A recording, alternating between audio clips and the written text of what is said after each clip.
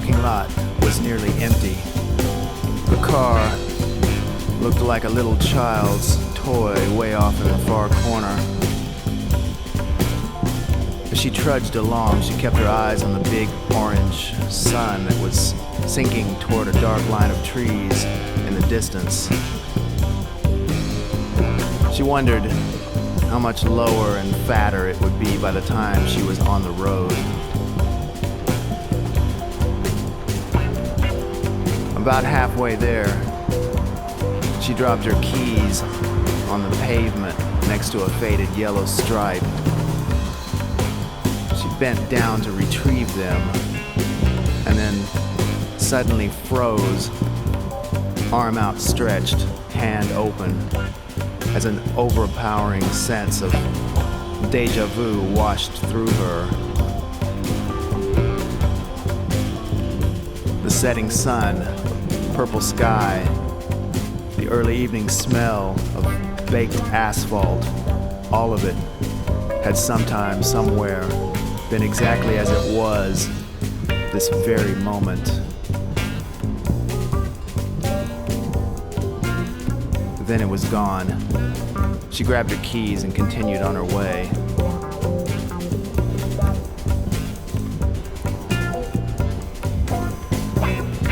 The car was hard to start as usual. It would take a little coaxing to make it turn over. Her gearhead brother-in-law had been working on it for her, and he wasn't one to sacrifice torque or horsepower for easy starts or other such petty concerns. But that was okay, because she loved to go fast. For her, the dashed lines on the freeway were like grains of sand slipping through an hourglass, taking away the seconds, the minutes, and the hours of her life. If she got home a few minutes early on any given afternoon, it gave her a thrill, as if she had stolen a little something back from death. The motor came to life just as the tree line took its first nip at the sun, and without missing a beat, she threw the car into gear and headed for the highway. The road stretched out in a thin black ribbon as straight and as far ahead as the eye could see. There was no traffic, so she pressed a little harder on the accelerator and began to pick up speed.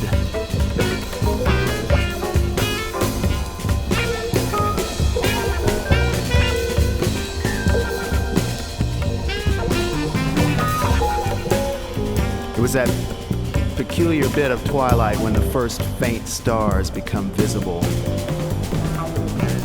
Last night she had come this way, and there had also been a sliver of a crescent moon. But right now it was nowhere to be seen. She didn't care though. She just wanted to go faster. She leaned into the steering wheel and mashed the gas pedal into the floor. And the stripes on the highway began to unreel beneath her in a dizzying blur, as if all those grains of sand had lost their bearing and were falling all over each other, just trying to get out of the way, to make room for the next moment, or for the next instant.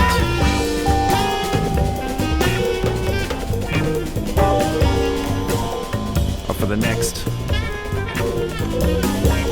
tick of the clock.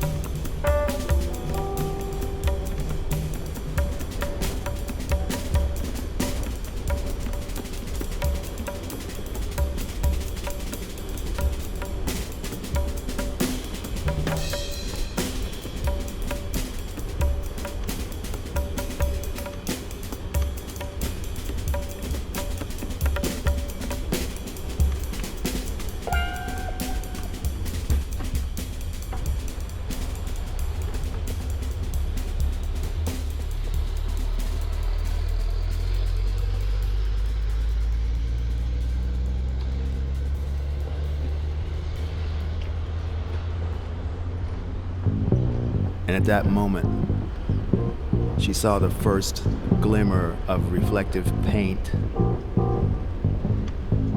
Yellow and black, wafting through the late summer heat, rising off the roadway. And in the next instant, she saw the barricade, a low, thick, concrete wall behind the warning sign. And she tightened her grip on the steering wheel, pressed harder on the gas pedal, and fixed her stare straight ahead.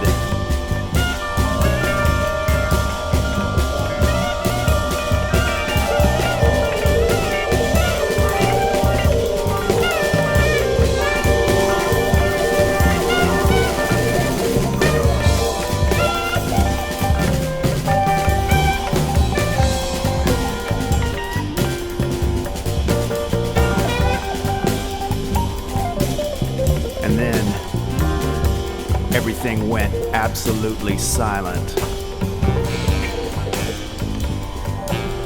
And instead of a crash,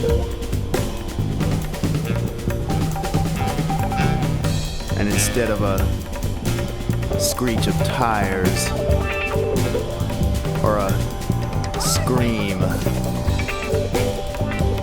there was just one very loud tick of a clock, and then a crazy symphony of grinding bone and metal, bent steering wheel, wrists snapping like toothpicks, broken legs flailing out at weird angles as she smashed through the windshield in an explosive shower of glass and blood. And then she was flying, falling, floating, sailing through the air, an impossible arc across the night sky, until her momentum would carry her no further. And then she reached out, wrapped her arms around the new moon, and disappeared beyond the horizon.